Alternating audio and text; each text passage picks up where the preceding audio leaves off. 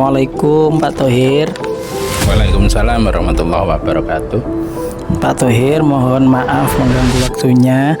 Mohon izin Pak, saya mau melakukan wawancara terkait kasus dilema etika dan bujukan moral. Baik Pak, akan saya mulai untuk pertanyaan pertama. Selama ini, bagaimana Bapak dapat mengidentifikasi kasus-kasus yang merupakan dilema etika atau bujukan moral? Tentunya kita menghadapi kasus dilema etika, ada dua kepentingan atau dua pilihan yang saya harus milih salah satu dari masalah yang sama benarnya, Mas. Itu pastinya masuk dalam dilema etika dan itu sangat sulit karena sama benarnya. Saya kira dalam identifikasi terdapat dua unsur. Yang pertama, pengambilan keputusan saya sebagai pemimpin di lembaga berpihak kepada murid berdasarkan nilai-nilai kebijakan universal dan bertanggung jawab serta segala konsekuensi dari keputusan yang saya ambil. Sesulit apapun keputusan yang saya ambil, untuk permasalahannya sama-sama benar. Jadi untuk menghadapinya memang agak sulit sebagai pimpinan. Jadi untuk mengidentifikasi kasus itu tetap saya lakukan untuk identifikasinya.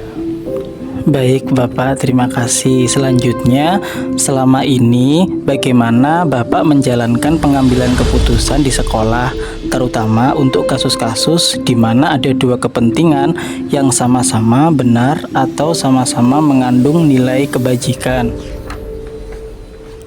Tentunya dalam mengambil keputusan yang sama-sama benar, tetapi itu sebuah kasus dan saya harus mencari mana yang lebih baik. Saya harus mengumpulkan teman-teman guru dan menyampaikan permasalahan dengan pertimbangan kita tampung dan kita simpulkan dari kasus yang sama-sama benar. Kemudian kita mencari sisi manfaatnya yang terbaik yang kita ambil keputusan tersebut. Jadi keputusan itu kita ambil dan dari masukan guru untuk menambah dan menguatkan saya dalam mengambil keputusan. Jadi untuk ini saya mengumpulkan teman dan menyampaikan permasalahannya. Baik Bapak, untuk langkah-langkah atau prosedurnya seperti apa ya Pak yang biasa Bapak lakukan selama ini? Untuk langkah yang saya tempuh dalam pengambilan keputusan dengan cara mengenali nilai-nilai yang saling bertentangan, menentukan siapa yang terlibat dalam situasi ini, segera mengumpulkan fakta-fakta yang relevan dengan situasi yang ada, pengujian benar atau salah, pengujian paradigma benar lawan benar, dan melakukan prinsip resolusi, investigasi, opsi trilema, lalu buat keputusan. Jadi kemudian dilihat lagi keputusan dan refleksi. Perlu komunikasi dengan teman guru dalam pengambilan keputusan sehingga saya bisa mengambil keputusan yang bertanggung jawab berdasar nilai-nilai kebijakan yang ada. Baik, terima kasih. Selanjutnya Pak, hal-hal apa saja nih yang selama ini Bapak anggap efektif dalam pengambilan keputusan pada kasus-kasus dilema etika? Nah, tentu dengan sesegera mungkin saya akan mengumpulkan teman-teman guru. Kemudian kita sampaikan permasalahan secara runtut dan saya sampaikan segera mungkin keputusan yang kita ambil dan kesimpulan di mana yang saya benar. Kemudian kita lihat regulasi dan peraturan yang berkaitan dengan kasus itu. Kemudian kita rekap beberapa kebaikan bersama di mana dua kepentingan yang sama benar. Mengambil keputusan adalah yang bermanfaat, yang berpihak kepada murid terutama. Jadi mungkin sedikit mengambil resiko dalam keputusan ini.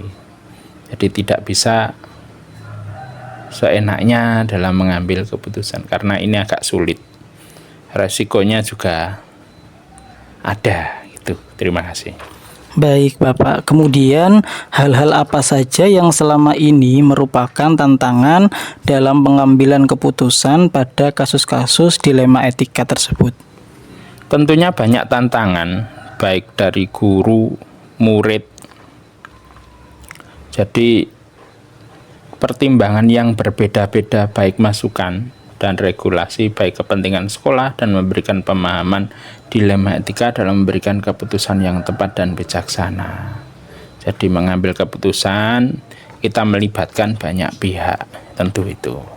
Baik Pak, apakah Bapak memiliki sebuah tata kala atau jadwal tertentu dalam sebuah penyelesaian kasus dilema etika? Apakah Bapak langsung menyelesaikan di tempat atau memiliki sebuah jadwal untuk menyelesaikannya? Bentuk atau prosedur seperti apakah yang Bapak jalankan? Dalam menyelesaikan dilema etika selama ini dengan spontan, karena saya tahu persis kasus itu muncul dan menyadari ada dua kepentingan, ada dua pilihan yang sama benar. Dan kasus itu sangat mendesak dan harus diselesaikan, apalagi kalau guru-guru yang bersangkutan masalah dan membutuhkan penyelesaian dan tidak menunggu jadwal, baik waktu dan tempatnya, akan segera mengumpulkan dan sesuai prosedur yang tadi ada masukan-masukan dari berbagai pihak dan saya ambil. Jadi mengambil keputusan biar tidak berlarut-larut, sesuai pengalaman saya mengambil keputusan ya secara spontan, jadi tidak kita ulur-ulur waktu, jadi segera kita tangani segera masalah itu, jadi keputusannya secara spontan. Baik Bapak, selanjutnya adakah seseorang atau faktor-faktor apa yang selama ini mempermudah atau membantu Bapak dalam pengambilan keputusan dalam kasus-kasus dilema etika? Tentunya dalam pengambilan keputusan kasus dilema etika, teman-teman guru itu tetap perlu Pak. Jadi untuk teman-teman guru sangat solid, mudah dikumpulkan dan mudah diajak komunikasi. Kemudian diminta untuk masukan sesegera mungkin, membantu dan tangkas. Dan yang kedua, dalam mengambil keputusan saya sampaikan ke teman guru, cepat untuk menangkap dan memberikan masukan dan dukungan semua warga sehingga membuat nyaman, enak dan damai dalam bekerja gitu. Terima kasih ya Pak. Selanjutnya yang terakhir ya Pak, dari semua hal yang telah disampaikan, pembelajaran apa yang dapat Bapak petik dari pengalaman Bapak untuk mengambil keputusan dilema etika? Untuk pengambilan keputusan dalam dilema etika, ya pembelajaran dalam mengambil keputusan adalah kita tidak bisa menghindari masalah Pak, atau kasus yang ada di dalam lembaga, dan sesegera mungkin saya harus menyelesaikan kasus tersebut. Dan tadi kan tidak ditunda, jadi kita selesaikan, siapa tahu ada kasus yang lain, khawatirnya itu. Jadi tidak menunda-menunda dalam menyelesaikan sebuah kasus, dan jangan menghindari kasus dan harus menghadapi kasus tersebut. Sebisa mungkin kita putuskan dari kasus tersebut, hendaknya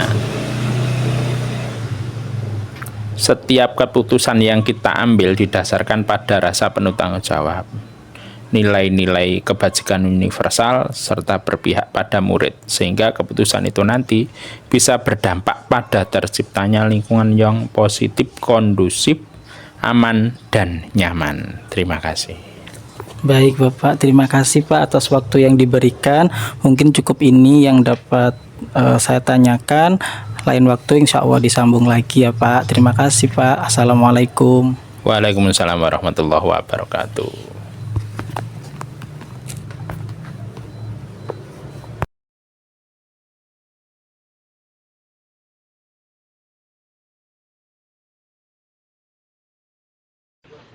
Assalamualaikum warahmatullahi wabarakatuh. Selamat sore Bu.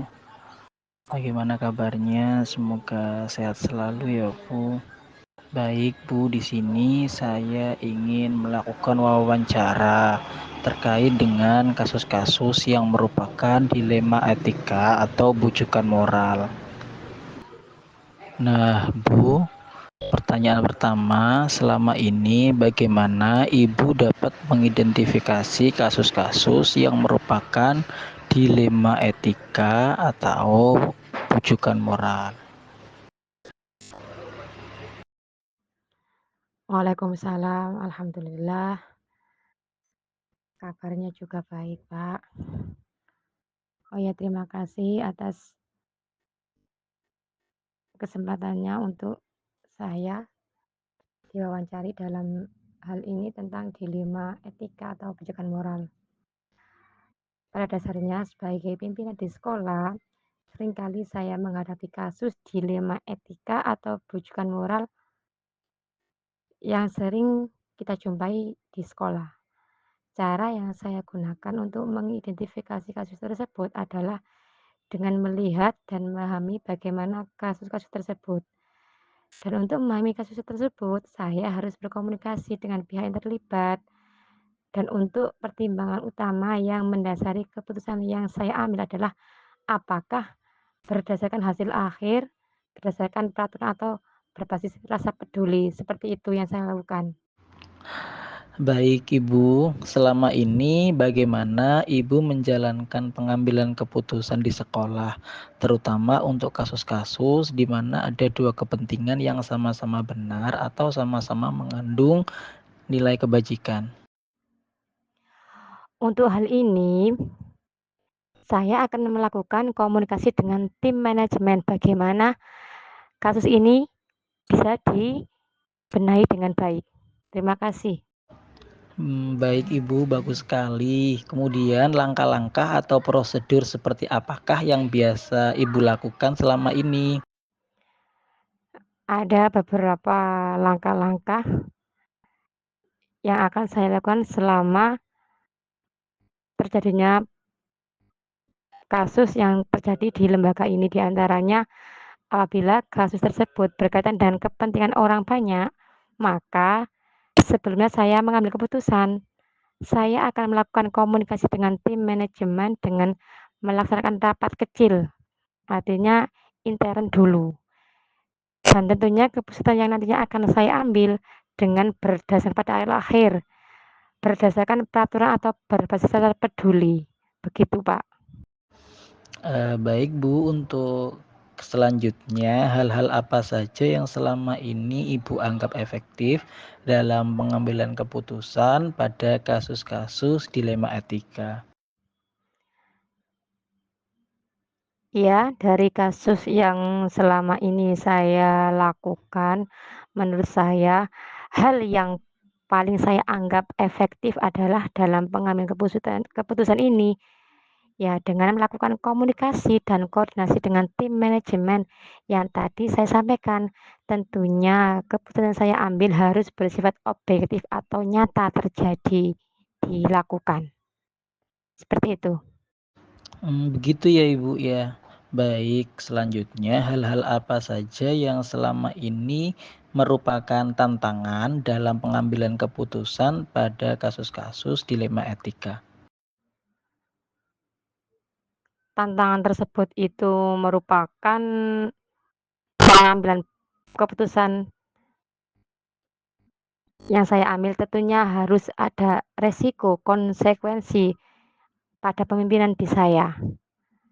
Kalau saya melakukannya dengan sesuai ya mungkin resikonya ya baik untuk kegiatan pelaksanaan yang ada di sini, seperti itu, Pak.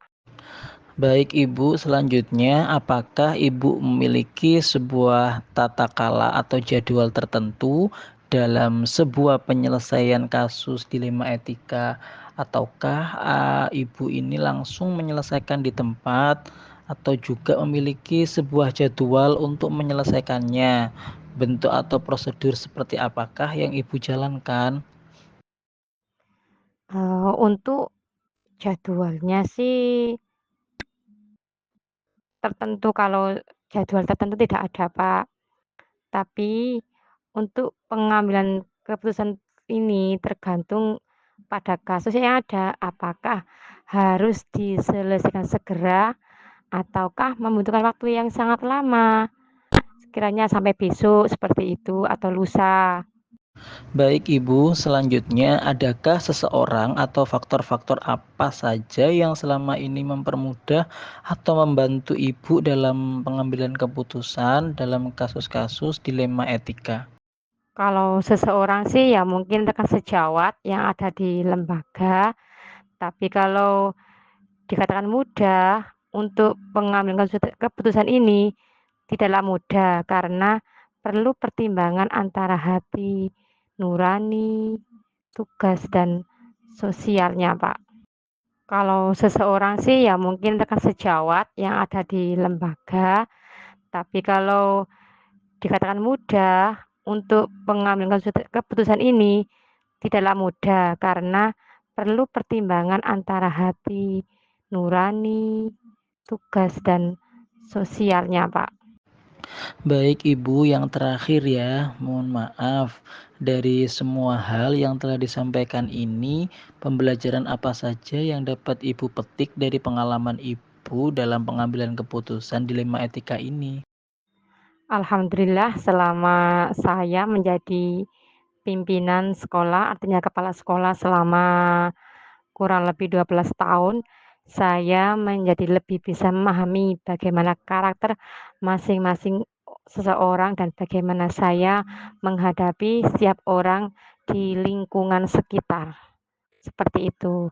Ya, terima kasih sudah berkenan mewawancari saya. Apabila ada kekurangan, mohon dimaafkan. Saya juga dalam proses pembelajaran sebagai pimpinan, Pak. Terima kasih. Baik Ibu, terima kasih atas waktu yang sudah diberikan. Semoga sehat selalu ya Bu. Selamat sore ya Bu. Assalamualaikum warahmatullahi wabarakatuh. Ya, sama-sama. Saya juga mengucapkan terima kasih. Terima kasih atas semuanya. Semoga apa yang telah saya sampaikan ada guna dan manfaatnya dan semoga sukses untuk CGMI Bapak. Terima kasih.